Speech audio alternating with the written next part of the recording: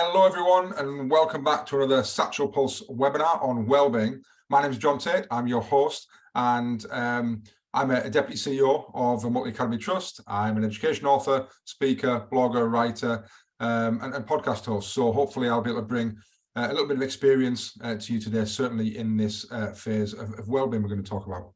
So the pillar we're going to talk about today is the relationship with your supervisor, and that's one of the 8 pillars that Satchel Pulse have been working on that really kind of gets under the skin of how we can create fantastic well-being in our schools, in our trusts, and what we can do about that in terms of the actual, the minute details, because it's okay to say we support well-being, we want well-being of our staff, but actually what are you doing about it?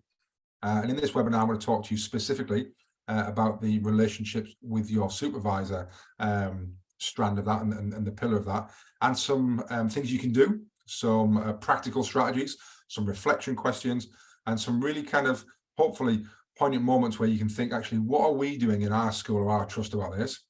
And even if we are doing these things, how well are we doing them? Is it having an actual impact? Is it having a positive impact on the well-being of the staff? Or are we just saying we're doing these things and we're writing them in policies, but actually what does it mean on the ground? And I think just to kind of peel back the layer a little bit of the idea of this pillar in terms of the relationship with supervisor, it's really, really key for staff at any levels in our school, whether they are classroom teachers, whether they are support staff, whether they're middle leaders, senior leaders, executive leaders, wherever we are, the actual relationship we have with the people above us, who might be supervisors, managers, line managers, direct report, whatever you call them in your organization.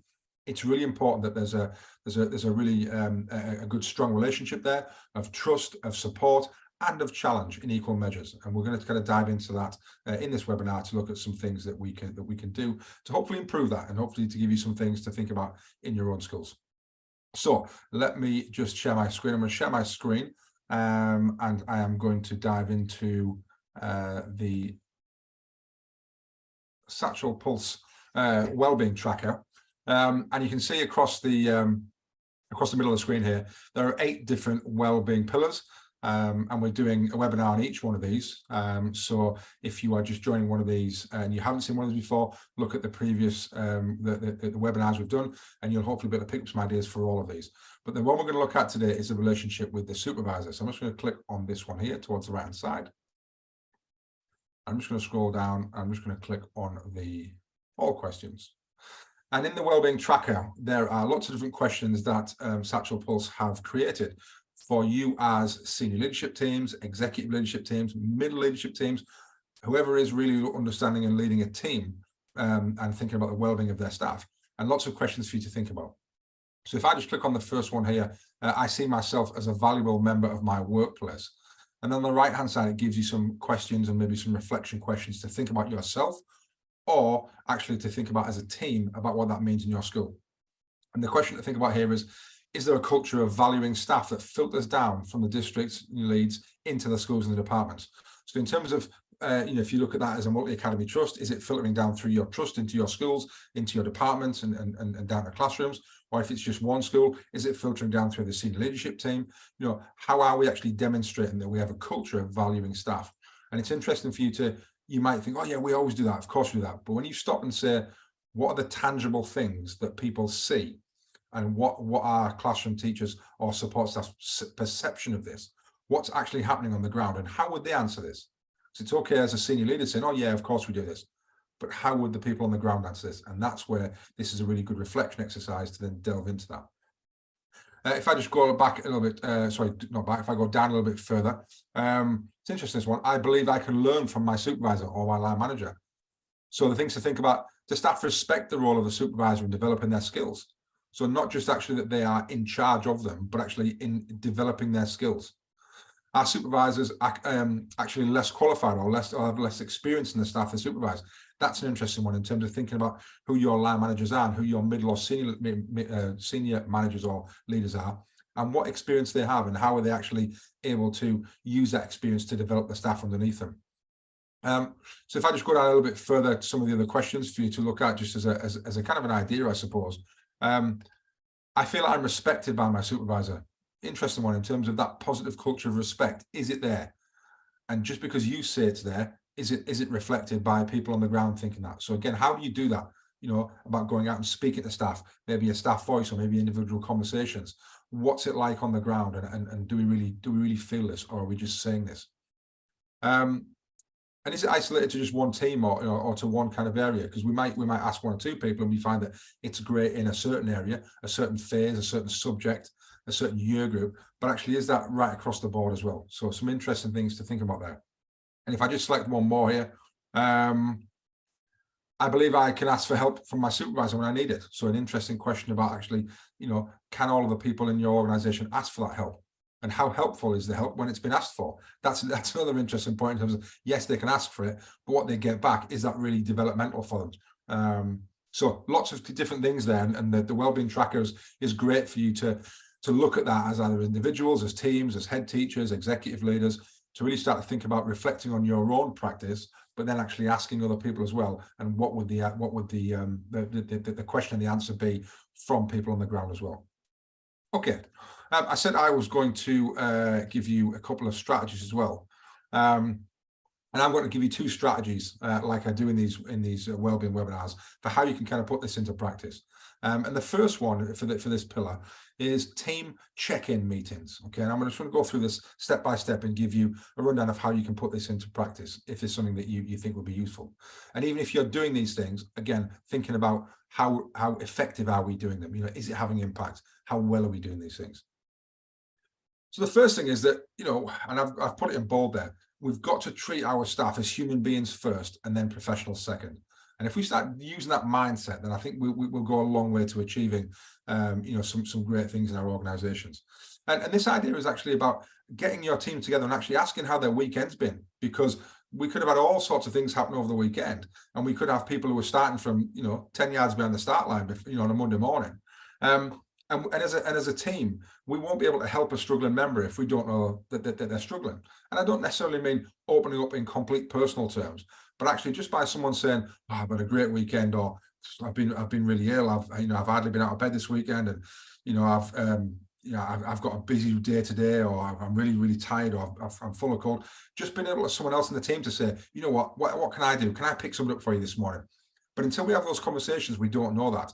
And a simple kind of wellbeing check-in is also a great way to find a little bit more about your teams and what they've been doing at the weekend, and a bit about, you know, someone's son or daughter might have come home from university and they've had a great weekend, or they're off hiking, or there's all sorts of different things that people are doing. And just as a little kind of check-in and around the team, everyone giving, you know, 30 seconds or what happened and what they've got coming up, it allows you then to kind of delve into that and also support each other really well. So, you know, what can I do for you? I've got a bit of free time today, can I take something off you, or I'll help with that, or I'll do that. And again, that's that whole idea of a team and that relationship with kind of supervisors and how that kind of works. So what do we need to do this then? Probably as a team, a Monday morning regular meeting before the week starts, maybe 8 o'clock, 8:15 I've put there. And that kind of open and honest culture, being honest with your colleagues. So, you know, if you're in a team, how does that work? How do you then how do you drive that forward so you get to having that culture, so that people can be open and can say, you know what, I've had a bit of a nightmare this weekend, or, you know, I've done no work, or even, you know, I went out on Saturday night and we had great, but then Sunday was written off, so I'm still knackered. It's being open and honest about that. And actually, you know, asking for support when you need it. Actually, you know, I'm really struggling. I'm right at my limit. Can anyone take something off me? Rather than trying to battle through on your own. What to avoid then? Avoid kind of asking people to open up too personally, because actually, if you haven't got that culture right, then this isn't going to work. You need to work hard to get that culture established before you can ask people to talk about what they've done at the weekend, or what they're struggling with. And also within your team, there'll be some individuals who will be more open to this, and there'll be some individuals that are quite closed. And you'll know that, and you'll know when someone just says, no, my weekend's been fine, and that's all they need to say, because actually they don't need to open, or they can't open up, and that's absolutely fine. So knowing your team is really important there. And lastly on this, and how to take it further, so how to kind of take this to the next level, is thinking about where you hold these meetings and thinking about the layout of the room. A circle of chairs is probably kind of okay. But equally it can feel a little bit like circle time, and you know, it's about thinking what works best for your team. It might be in an office, it might be in a boardroom, it might be sat around a table. Think about the spaces you've got, think about your team, and think about what might work best there. And lastly, in terms of how to take it further, what about a checkout meeting as well on a Friday? actually talking about kind of how's your week been, what haven't you been able to do that we can pick up for you. And it's just that human touch of that kind of relationship with teams through to supervisors and line managers that actually you can find a bit more out, and you can be more humane and more personal, because we are all in this, because we're in the human relationship business. So actually it's important to make sure that we have those connections with our teams as well. So that taking it further in terms of that checkout or the layout can make all the difference as well.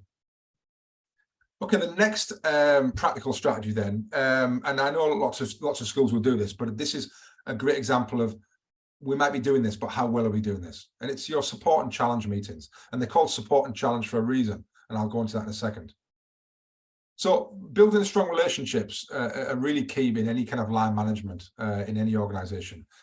Because we need to make sure that we get the best out of staff, and that we are looking after their well-being and we're supporting them, but we're also challenging them to do the best they can as well. It's not just all about the support, it's about the challenge as well.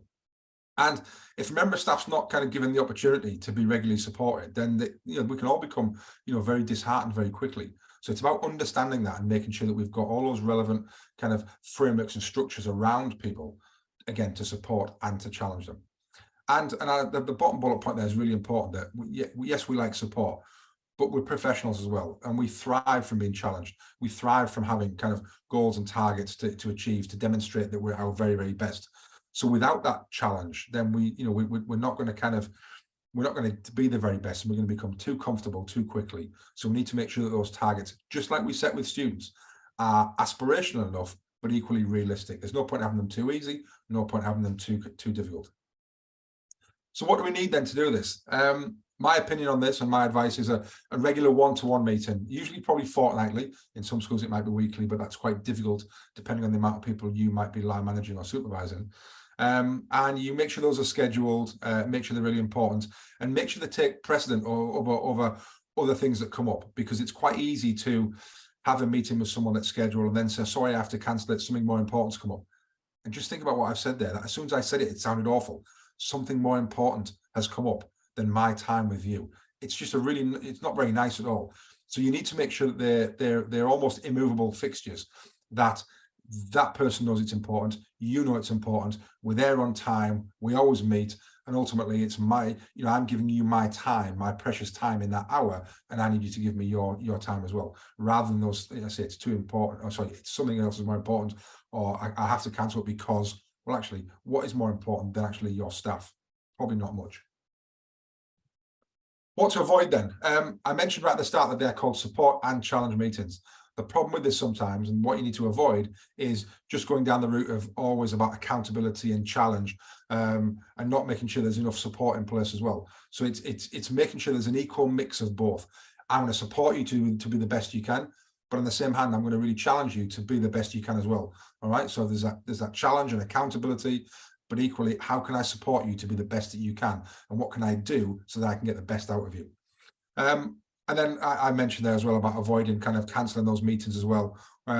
You've got to make sure that not just that what it says about cancelling the meeting, but if you cancel 2 or 3 of these, then you can't be giving the amount of support and challenge that you need.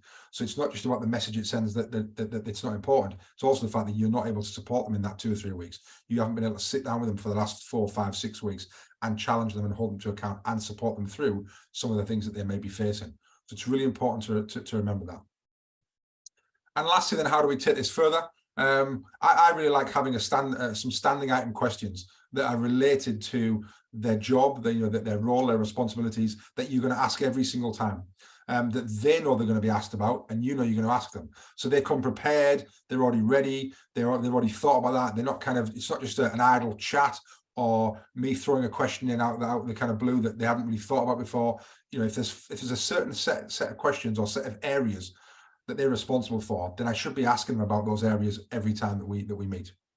And lastly, taking minutes. I know it's difficult sometimes if you're on your own, but if you can maybe be typing away, taking minutes so you can refer back to these at the next meeting, so you can then effectively hold them to account for in terms of what was mutually agreed in that meeting. So start of the next meeting, right, in the last meeting, we talked about this, and this. Have they been done yet? We agreed that they'd be done within the next week or the 2 weeks.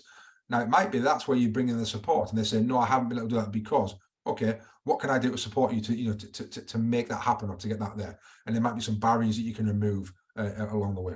So hopefully that has been kind of useful there. If I just stop sharing my screen.